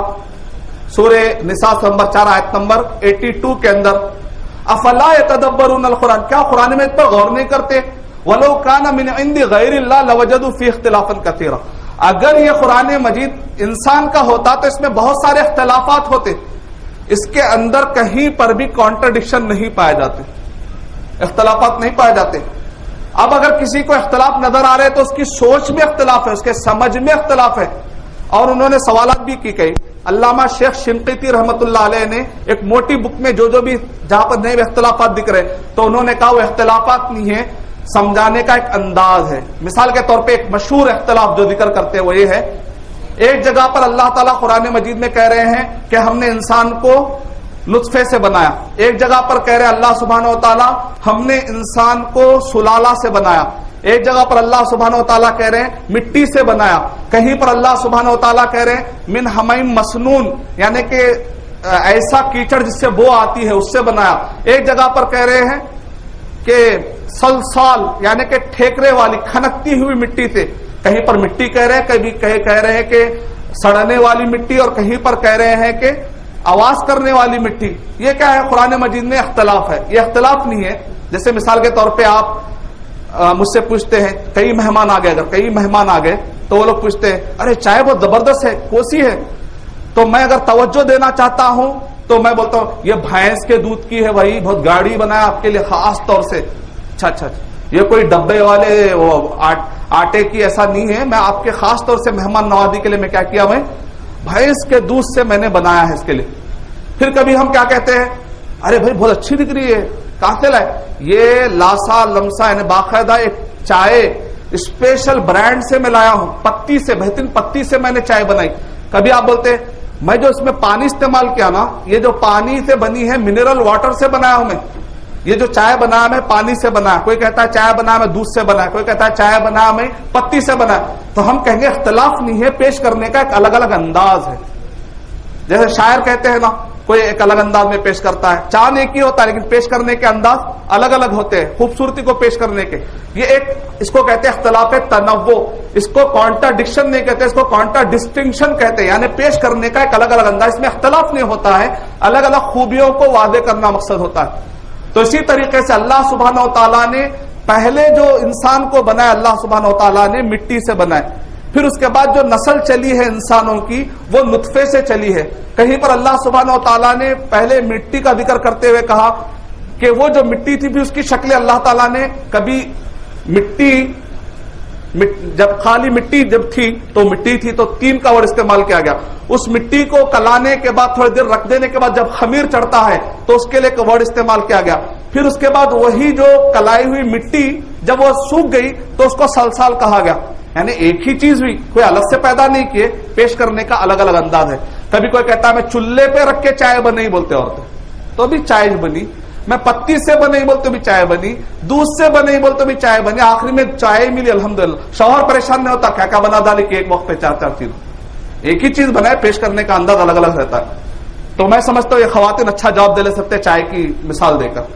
تو قرآن مجید میں اللہ تعالیٰ نے کیا ارشاد فرمایا, قرآن مجید میں کوئی اختلافات ہو ہی نہیں سکتے, الگ الگ طریقے تھے. پہلا سوال کیا تھا ان کا, کیسے تم یہ ثابت کر سکتے ہو کہ اللہ سبحانہ و تعالیٰ ہے اور اللہ سبحانہ و تعالیٰ نے قرآن مجید کو پیش کیا ہے. تو آپ بتا دیجئے اتنے طریقے سے, اس میں سے جو طریقہ آپ کو یاد ہے انشاءاللہ مجھے امید ہے کہ آپ کو کام آ جائے گا انشاءاللہ. دوسرا سوال کہ بعض لوگ کہتے ہیں نہیں ہو سکتا یہ جو قرآن مجید ہے نا, یہ قرآن مجید شیطان نے گھڑ لیا, شیطان کی طرف سے, یہ انسان کا نہیں ہے, شیطان کی طرف سے. تو آپ بولنا کتنا پیارا شیطان ہے بھائی. شروع میں اعوذ باللہ, مسلمان جب بھی قرآن میں پڑھتے تو کیا پڑھتے, اعوذ باللہ من الشیطان الرجیم. قرآن مجید میں اللہ سبحانہ و تعالیٰ نے ارشاد فرمایا فَإِذَا قَرَأْتَ الْقُرْآنَ, بچے پڑھے فَإِذَا قَرَأْتَ الْقُرْآنَ فَاسْتَعِذْ بِاللَّهِ. اور اللہ سبحانہ و تعالیٰ نے کہ جب بھی تم قرآن مجید پڑھنے کی شروعات کرو تو کیا کرنا چاہیے, شیطان سے پناہ مانگو. برے کتنا پیارا شیطان ہے, دیکھو اپنے سے پناہ سکھا رہا, اپنے سے پناہ سکھاتا کوئی شیطان. بھائی میری پناہ مانگ کے شروع کرو بھائی, یہ لو قرآن مجید. تو بولنا قرآن, ذرا اعتراض بھی کرے تو تھوڑا دم رہنا بولنا. پھر اعتراض کرتے, تیسرا اعتراض, محمد صلی اللہ علیہ وسلم نے اس کو اپنی طرف سے لکھ لیا اور لکھ کر کہا کہ یہ اللہ سبحانہ و تعالیٰ کا ہے تاکہ حکومت کمائے, تاکہ مال و دولت کمائے. نعوذ باللہ. آج کل یہ اورینٹلسٹ بہت زیادہ کر رہے, بلکہ بہت سارے جگہوں پہ سلیبس میں بھی آ گیا. تعجب ہوا میں دیکھ کر. خیر حیدرآباد میں کچھ کمیٹی نے جمع ہو کر کوشش کی, الحمدللہ سلیبس میں سے اس کو نکالنے کی کوشش کی, لیکن سلیبس میں بھی آ گیا. محمد صلی اللہ علیہ وسلم مدینہ اس لیے ہجرت کرے تھے تاکہ مال و دولت کمائے اور زندگی کو تھوڑا کشل منگل کر لے. نعوذ باللہ. تو آپ سب پہلا اس کے اندر کیا ہے, محمد صلی اللہ علیہ وسلم نے اس کو اپنی طرف سے لکھ لیا. انسائکلوپیڈیا بریٹانیکا میں لکھا ہوا ہے محمد صلی اللہ علیہ وسلم کو لکھنا نہیں آتا تھا. کہاں سے لکھتے, خوابہ پڑھ رہے ہیں کیا پوچھنا, دن میں خوابہ دیکھ رہے ہیں کیا بولنا, لکھنے نہیں آتا تھا. ہری ایک دم بیچارہ پیک ہوا تھا, لکھنے نہیں آتا تھا, لکھ رہے بول. آپ کے ابا بیٹھ کے لکھے, آپ چلتے پھرتے جوابات دے سکتے ہیں انشاءاللہ. پھر اس کے بعد کہا کہ یہ اللہ سبحانہ و تعالیٰ کا ہے. گویا کہ مطلب کیا نکلا, محمد صلی اللہ علیہ وسلم نے جھوٹ کہا. نبی صلی اللہ علیہ وسلم کے زمانے میں ہر طرح کا اعتراض کیا گیا, آپ مجنون ہے, شاعر ہے, کاہن ہے بولے, لیکن کسی نے آپ کو جھوٹا ہونے کا کبھی تہمت لگائی, جھوٹا ہونے کی تہمت. آپ نبی صلی اللہ علیہ وسلم کے زمانے کے لوگ زیادہ بہتر جانتے تھے نبی صلی اللہ علیہ وسلم کو یا بعد والے لوگ. نبی صلی اللہ علیہ وسلم کے زمانے کے لوگ, وہ لوگ تو اپنی امانتیں آپ کے پاس رکھاتے تھے, صادق اور امین کہتے تھے, سچا کہتے تھے, اور تم کہہ رہے کہ جھوٹ کہہ دیا. یہ جھوٹا ہونے کا دعویٰ تو پورے زندگی میں نبی صلی اللہ علیہ وسلم کے کبھی بھی کفار قریش نے بھی نہیں کیا. تاکہ مال و دولت کمائے. کیا پوائنٹ ہے, تاکہ مال و دولت کمائے. نبی صلی اللہ علیہ وسلم نبوت سے پہلے مالدار تھے یا بعد میں؟ نبوت نبی صلی اللہ علیہ وسلم جب نبی بنائے گئے, نبی بنائے جانے سے پہلے مالدار تھے یا بعد میں؟ پہلے تھے. حضرت خدیجہ رضی اللہ تعالیٰ عنہ مکے کی بہت بڑی سردار اور مال میں بہت مالدار خاتون تھی. نبی صلی اللہ علیہ وسلم کی شادی کس سے ہو گئی تھی؟ خدیجہ رضی اللہ تعالیٰ عنہ تھے. کیا عمر میں ہوئی تھی؟ 25 سال کی عمر میں. اور نبوت کب ملی؟ 40 سال کی عمر میں. تو نبوت سے پہلے نبی صلی اللہ علیہ وسلم مالدار تھے یا بعد میں تھے؟ تو پہلے ایک مال والے انسان کو اور زیادہ مال کمانے کی خواہش, سمجھ میں نہیں آ رہا, اعتراض ذرا اچھا کریے آپ. بعد میں جواب دیں گے پہلے اعتراض اچھا کرو بولنا. اعتراض کرنے سے نہیں آ رہا بولتا انہیں احساس کمتری میں آتا. پھر میرے کو اعتراض کرنے تو اعتراض کرنے بھی نہیں آ رہا کیا بولنا. ذرا اعتراض تو اچھا کرو. اعتراض کا معیار تو رہنا چاہیے تاکہ حکومت کمائے.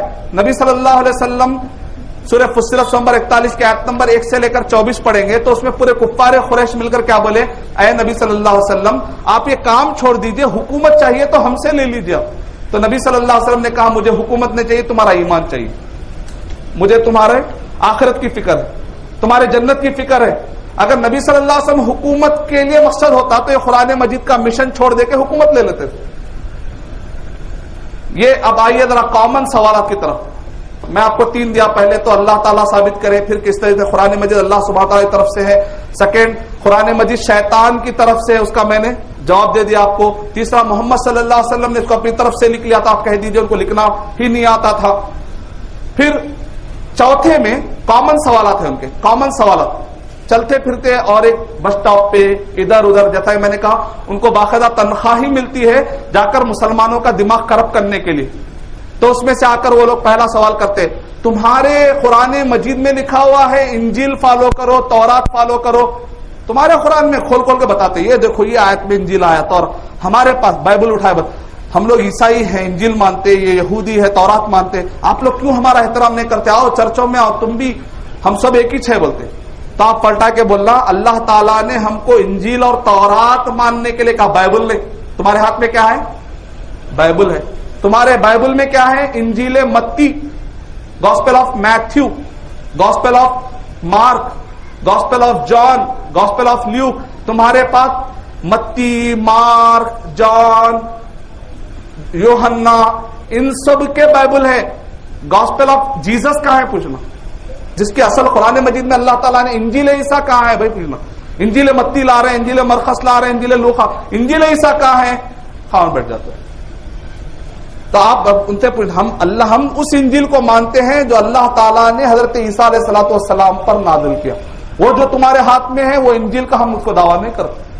ہم اس تورات کو مانتے ہیں جو حضرت موسیٰ علیہ الصلوۃ والسلام پر اللہ سبحانہ تعالیٰ نے نازل کیا. اس زبور کو مانتے ہیں جو حضرت داؤد علیہ الصلوۃ والسلام پر اللہ سبحانہ تعالیٰ نے نازل کیا.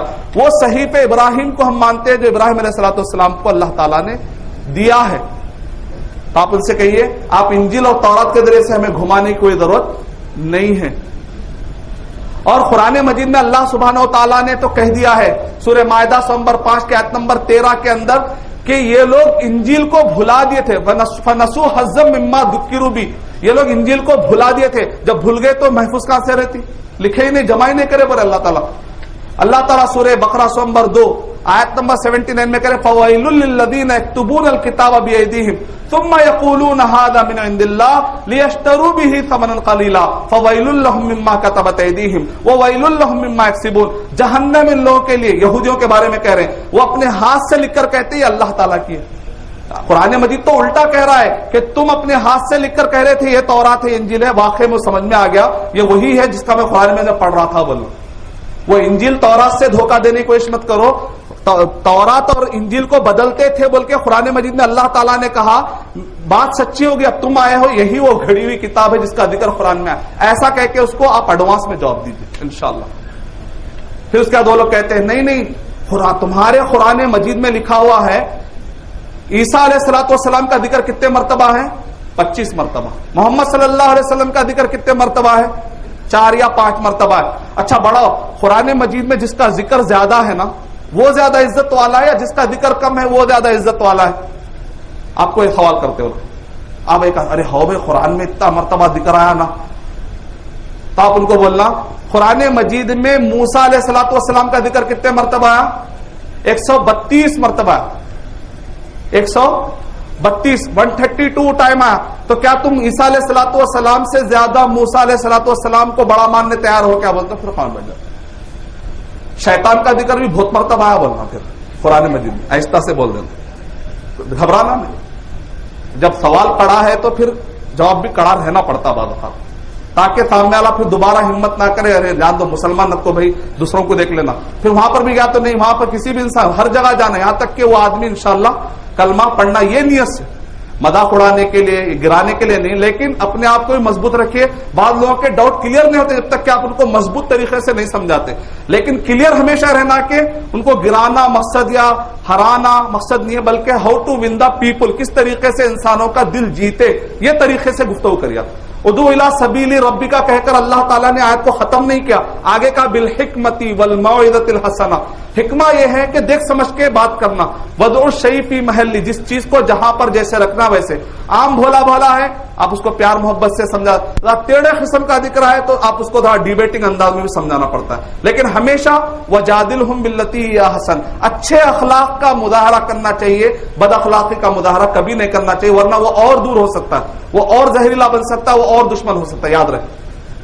پھر وہ سوال کرتے اچھا عیسیٰ علیہ السلام تمہارے عقیدے کے مطابق قرآن مجید میں سورہ آل عمران 39 آیت نمبر 55 عیسیٰ علیہ السلام زندہ ہے تمہارے عقیدے کے مطابق، اور محمد صلی اللہ علیہ وسلم کا کیا ہو گیا؟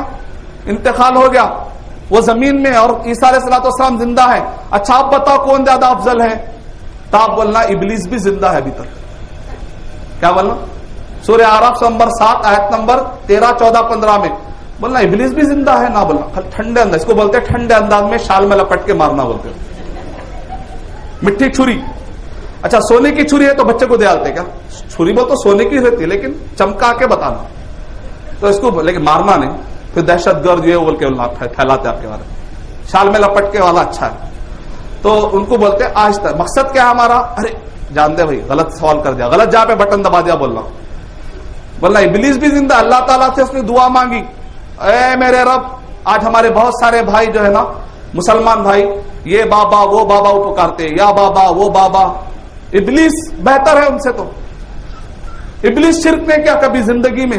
شرک اتنا بدتر گناہ ابلیس بھی نہیں کرتا، لیکن آج کے ہمارے مسلمان بھائی جا کے فلاں بابا ان کو جا کے پکارتے. ابلیس کیا کرا؟ یا ربی انذرنی الی یوم یبعثون، اے اللہ تو مجھے قیامت تک زندہ رکھ، بغیر وسیلے کے ڈائریکٹ مانگا. اور ابلیس کی دعا قبول ہوگی. ہمارے مسلمان بھائی سے پوچھتے آپ ادھر ادھر جا کے کیوں مانگ رہے ہیں؟ بھائی اللہ سے مانگو. نہیں، ہم اتنے گنہگار ہیں، ہماری دعا قبول نہیں ہوتی. ابلیس سے ہی بڑا گناہ کر لیا. وہ کیا کر لیا بھائی؟ آپ اتنا بڑا گناہ کیا کر لیا؟ ابلیس دعا کر رہا تو ابلیس کی دعا قبول ہو رہی. اور اللہ تعالیٰ نے کہا الی یوم الوقت المعلوم، ایک وقت تک تم کو انشاءاللہ مہلت ملے گی. ابلیس کو آدم علیہ السلام کا انتقال ہو گیا، لیکن ابلیس کا ابھی تک بھی مرا نہیں ہو. تو ہم بولنا یہ کوئی بنیاد نہیں ہے کہ کوئی زندہ ہے تو زیادہ افضل ہے. اگر وہ بنیاد ہے تو پھر ابلیس افضل ہے کیا؟ مانتے کیا؟ پوچھنا. پھر اس کے بعد وہ لوگ کہتے ہیں نہیں، عیسیٰ علیہ السلام جو ہے بغیر ابا کے پیدا ہوئے، میراکل تھا، بہت بڑا معجزہ تھا. تمہارے جو نبی ہے نا، تمہارے جو نبی ہے ان کو ابا بھی تھے امی بھی تھے، اب بتاؤ کون افضل ہے؟ تو ان کو بولنا ان مثل عیسیٰ عند اللہ کا مثل آدم. آدم علیہ السلام کو تو ابا بھی نہیں تھے اور امی بھی نہیں تھے، آدم علیہ السلام کو بڑا مانتے کیا؟ یہ کوئی بنیاد ہے کیا؟ اور عیسیٰ علیہ السلام ٹھیک ہے ابا نہیں تھے، ہم مانتے ہیں، احترام کرتے، یہ تو ان کی خصوصیت ہے، اللہ تعالیٰ نے دی ان کو الحمدللہ. لیکن عورت سے تو نکلے نا، عورت سے ہی پیدا ہوئے. حوا علیہ السلام مرد سے پیدا ہوئے، مرد کے ریڑھ کی ہڈی سے نکالا گیا. حوا علیہ السلام خاتون ہے، ان کو ایک مرد سے نکالا جا رہا ہے. یہ تو اور زیادہ معجزے والی بات ہوئی کہ عورت مرد سے پیدا ہو رہی. کیا ان کو بڑا ماننے کے لیے تیار ہے کیا؟ تو پھر خاموش. اچھا یہ بولو کہ عیسیٰ علیہ السلام جو معجزے کرتے تھے، مردہ کو زندہ کر دیتے تھے، تمہارے نبی کیا کرے؟ تو ہم کہیں گے وہ اللہ کے حکم سے کرتے تھے. عیسیٰ علیہ السلام اپنی طرف سے کچھ بھی نہیں کرتے تھے. اچھا تم مان لو کہ زندہ کرنا تمہارے لیے بہت بڑی چیز ہے. ایک روح جس کی نکل گئی تھی، اس کی روح واپس ڈالے اللہ کے حکم سے. پہلے روح تھی یا نہیں تھی؟ روح نکل گئی تھی، واپس لائے. موسیٰ علیہ السلام کی جو لکڑی تھی وہ سانپ میں تبدیل ہو گئی. جس کے اندر کبھی روح نہیں تھی، وہ جانور ہی نہیں تھا، اس کے اندر روح آ کے باقاعدہ ایک جانور بن جا رہا. یہ بڑا معجزہ ہے کہ وہ بڑا معجزہ ہے؟ نبی صلی اللہ علیہ وسلم جس لکڑی پر ٹیک لگاتے تھے، جب اس کو کاٹ کے اس کا ممبر بنایا جا رہا تھا، حنین الجزا، چھوٹے بچے کی طرح بلک بلک کے رو رہی تھی لکڑی. جو لکڑی کے اندر اتنی بڑی قوت آ جائے، یہ تو اس سے بڑا معجزہ ہو گیا.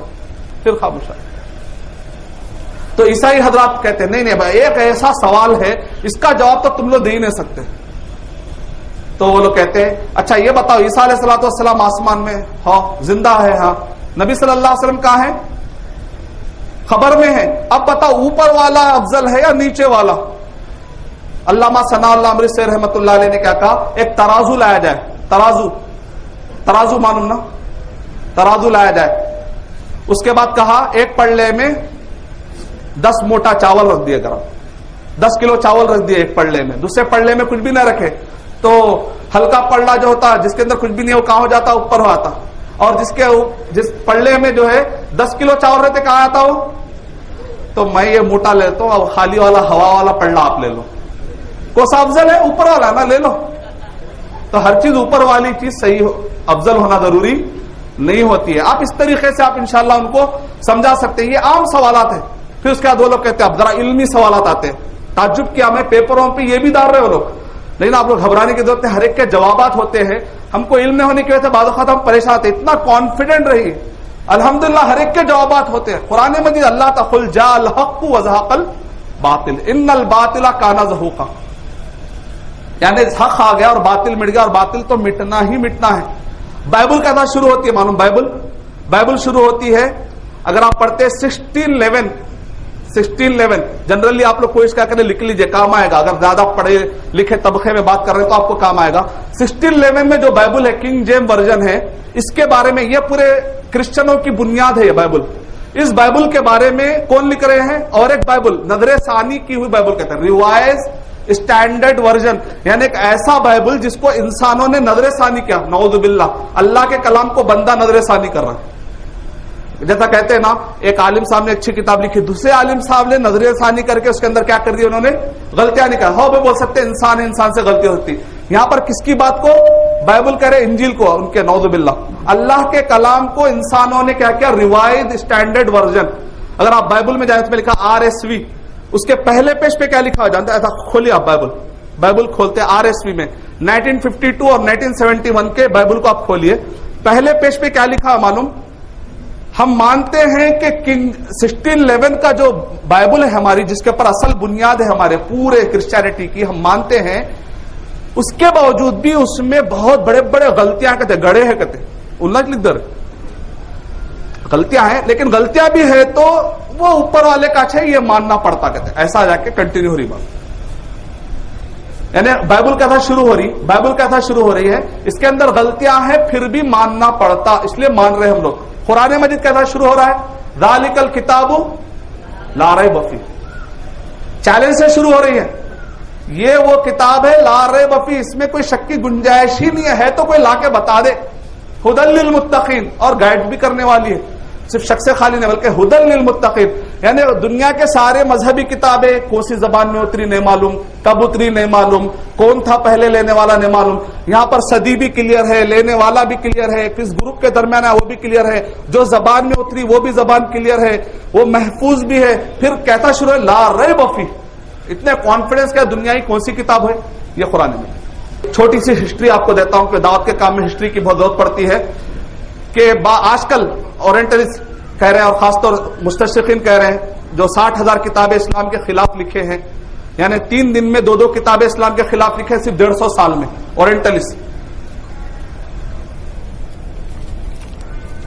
یہ ٹائمز میگزین, یہ ایک بہت بڑا امریکہ یعنی بہت بڑا جو نیوز پیپر ہے ٹائمز میگزین, اس کے اندر ہے 16 اپریل 1979 کی یہ بات ہے. پتہ نہیں اب تک کتنے کتابیں لکھی جا چکی ہے. 150 سال میں 60,000 کتابیں اسلام اور مسلمانوں کے خلاف لکھی گئی. ہم کیا کر رہے ہیں اس کے اندر جو باتیں, اور یہ باتیں چھوٹے چھوٹے پمفلٹ کی شکل میں لا کر آندھرا میں اور حیدرآباد میں بڑے پیمانے پہ آج کل بٹ رہی ہیں. توجہ دیجئے, شعور کے ساتھ لائف گزاریے. اگر ہم ایسے ہی لائف گزاریں گے, بچے بھی پڑھ رہے ہیں, ہم بھی پڑھ رہے ہیں, بڑے ہو رہے ہیں, ایک دن یہ بچے گلے میں اگر عیسائی کا کراس ڈال کے آئیں گے تو اس دن پہ ہم کو رونا پڑے گا. اللہ حفاظت کرنا. قادیانی بن جائیں گے, عیسائی بن جائیں گے تو اللہ اس دن ہم کو صرف رونا ہی پڑے گا. اس سے پہلے ہے کہ ہم دین کی فکر کر نادا, مصیبت آنے والی ہے, تیرے بربادیوں کے مشورے ہیں آسمانوں. ایک بریف ہسٹری بتاتا ہوں میں. مصحف عثمانی, عثمان رضی اللہ تعالی عنہ کے زمانے میں جو ہاتھ سے لکھا گیا تھا, اس زمانے کا قرآن آج بھی محفوظ ہے. اگر آپ قرآن مجید یعنی اگر کچھ بھی سمجھ میں نہیں آپ کو کیسے ثابت کرنا ہے تو کم سے کم آپ کہہ سکتے ہیں عثمان رضی اللہ تعالیٰ نبی صلی اللہ علیہ وسلم کے گزرنے کے 20 سال کے بعد کا ہی واقعہ ہے، زیادہ دور نہیں، 20 اور 30 سال کے بعد کا ہی واقعہ ہے۔ اس زمانے میں جو قرآن مجید لکھا گیا تھا آج بھی وہ محفوظ ہے، اس کو لے جا کر اس سے ٹیلی کر لیجئے، الحمدللہ ایک بھی حرف کا فرق اس کے اندر آپ کو نظر نہیں آئے گا۔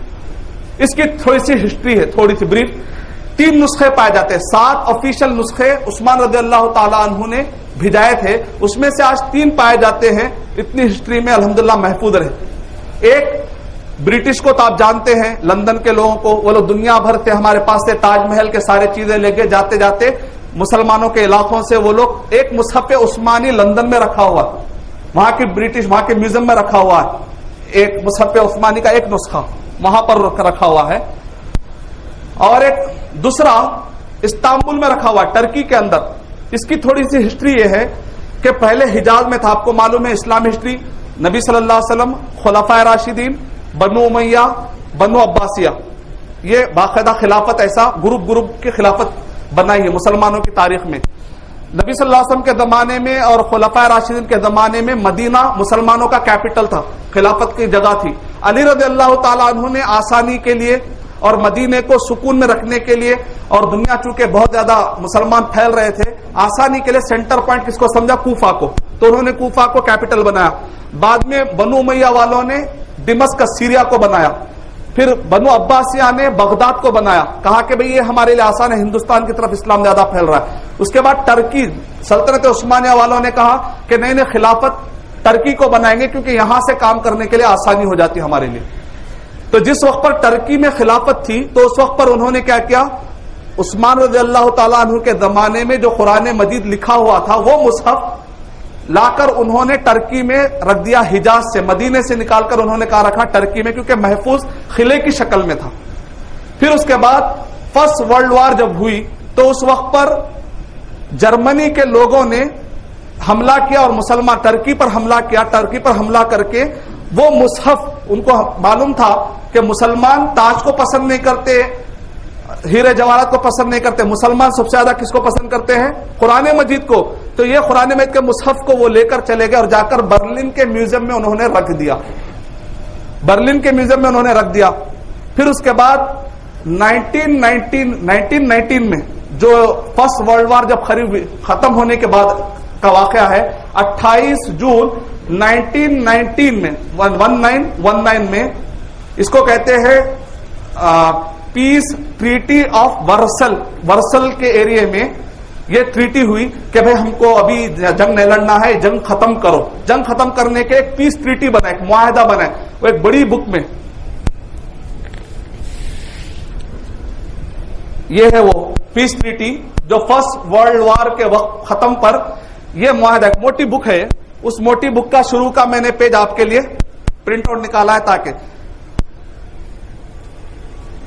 اس ٹریٹی کے اندر لکھا ہوا ہے 246، اس کا آرٹیکل نمبر 246 میں لکھا ہوا ہے کہ اس کے اندر یہ تھا کہ بھائی جو بھی جائیدادیں تم نے لوٹی ہے سب واپس کر دو، سب واپس کر دو، اس کا تاج واپس کر دیا جائے۔ 246 میں لکھا ہوا ہے کہ ٹرکی سے جو تم نے عثمان رضی اللہ تعالیٰ عنہ کے زمانے کا ہاتھ کا لکھا ہوا نسخہ، وہ لوگ خود مان رہے، دیکھیں یعنی غیر مسلم خود ماننے کے لیے تیار ہے کہ عثمان رضی اللہ تعالیٰ کے زمانے کے ہاتھ کا لکھا ہوا ہے، یہ جو تم نے ٹرکی سے اٹھا کر برلن میں لایا ہے واپس کر دو کہا، اور اس کے بعد اس کو واپس کر دیا گیا۔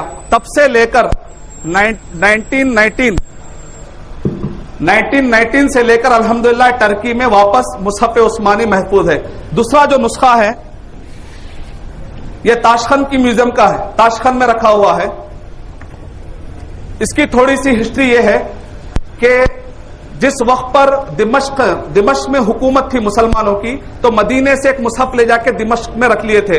تیمور لنگ نے جب حملہ کیا 1485 میں دمشق پر تو اس نے کہا کہ مصحف عثمانی میرے ملک میں رہنا چاہیے، تو تیمور لنگ نے، مسلمان تھے یہ بھی، وہ لے جا کر سمرقند میں انہوں نے رکھ دیا۔ سمرقند میں یہ مصحف تھا تو اس وقت پر روس کا ایک بادشاہ زار، اس نے حملہ کیا 1865 کے اندر، زار نامی، اس نے اس کو سمرقند سے وہ لے جا کر اس نے سینٹ پیٹر برگ جو اس وقت کے رشیا کا کیپٹل تھا وہاں پر لے جا کر اس نے رکھ دیا۔ پھر اس کے بعد الحمدللہ اکبر علی باشی نامی شخص کہتے ہیں، ڈاکٹر محمد حمید اللہ پیج نمبر 41 میں کہتے ہیں، میں خود ان سے ملاقات کیا اور ان سے میں نے قصہ سنا ہے. ڈاکٹر اکبر علی باشی کہتے ہیں، ڈاکٹر محمد حمید اللہ جانتے ہیں آرکیالوجیکل ڈپارٹمنٹ میں مینوسکرپٹ میں مخطوطات میں ماہر ہے، مسلم اور غیر مسلم بھی ان کو مانتے ہیں. تو کہتے ہیں کہ میں اکبر علی باشی سے میں نے ملاقات کی تو انہوں نے واقعہ سنایا کہ 50 سال تک ایک مصحف جو سمرقند کا روس والے لے کر چلے گئے تھے، 50 سال تک ان کے پاس تھا. اکبر علی بادشاہ وہاں کے جنرل تھے. جب کمیونزم آیا تو اس وقت پر 1917 میں جب کمیونزم آیا تو کئی لوگ واپس وہاں سے روس سے بھاگنے لگے. تو اکبر علی بادشاہ نے کہا میں بھی بھاگوں گا یہاں سے، لیکن جاتے جاتے پیلس میں سے مصحف عثمانی جو 50 سال سے رکھا ہوا ہے اس کو لے کر جاؤں گا. تو انہوں نے اپنے فوج کو حکم دیا کہ میرا حکم ہے کہ جا کر وہ مصحف لاؤ. فوج تو کمانڈر کی بات مانتی ہے، انہوں نے جا کر لا لیا. کمانڈر کو جیسے ہی یہ مصحف ملا وہ فوراً لے کر ترکستان چلے گئے. اس طریقے سے مصحف عثمانی واپس ترکستان آیا 1917 میں، اور 1924 میں پھر واپس یہ تاشقند کے میوزیم میں رکھ دیا گیا. تب سے لے کر الحمدللہ یہ محفوظ ہے. آپ کم سے کم یہ کہہ سکتے ہیں اس کو اور اس کو ٹیلی کر کے دیکھ لو، الحمدللہ قرآن مجید محفوظ ہے، ذرا بر بھی حروف کا اس کے اندر فرق پایا نہیں جاتا. یہ وہ باتیں تھی جو میں آپ کے سامنے بتایا. قرآن مجید پر اعتراضات کے جوابات جو میں نے آپ کو مختصر بتائے ہیں، اور بھی آپ کو مطالعہ کرنا چاہیے علماء سے. ابھی جو ڈاکٹر سعید احمد حفیظہ اللہ آپ کا ٹاپک ہی ہے ہندوستان پر اورینٹلسٹ جو اسلام پر اعتراضات کرتے ہیں، بکس لکھتے ہیں، کون ہے اصل میں اورینٹلسٹ ہے، جن کی کتابوں کو لے کر عیسائی منکرین حدیث جتنے بھٹکے فرقے ہیں یہ سب ان کی کتابوں کو لے کر اپنا کاروبار چلاتے ہیں. تو آپ نے اصل لوگوں پر بھی حملہ کر دیا، اس پر پی ایچ ڈی کیا آپ نے ماشاءاللہ. تو آپ شیخ سے بھی انشاءاللہ اس سے استفادہ کر سکتے ہیں، اور بہت سارے ویب سائٹ کا آپ مطالعہ کریں، علماء سے تعلق رکھیں، اور علماء سے آپ یہ سوالات اگر جوابات انشاءاللہ لیں تو انشاءاللہ مجھے امید ہے کہ صحیح طریقے سے جو جواب ہو سکتا ہے انشاءاللہ ہم جواب دیں گے. مقصد یہ ہے تاکہ ہم پہلے اپنے آپ کو بچا سکیں، یعنی جیسا آپ کہتے ہیں تحفظ المسلمین، مسلمانوں کی پہلے حفاظت کریں، ان کو بھٹکنے سے بچائے، پھر ساتھ میں کہ دوسروں کو بھی جہنم سے بچانے کی فکر کریں. اس نیت سے اگر علم حاصل کریں گے تو انشاءاللہ اللہ تعالیٰ اس میں برکت دیں گے. میں اللہ تعالیٰ سے دعا کرتا ہوں کہ اللہ سبحانہ و تعالیٰ مجھے اور آپ سب کو قرآن مجید اور اسلام، قرآن مجید اور صحیح احادیث اور نبی اکرم صلی اللہ علیہ وسلم اور صحابہ کے طریقے کے مطابق چلنے والا بنائے. قرآن مجید اور صحیح حدیث کو نبی اور صحابہ کے طریقے کے مطابق سمجھنے والا اور اس کو پھیلانے والا بنائے. آمین. وآخر دعوانا الحمدللہ رب العالمین.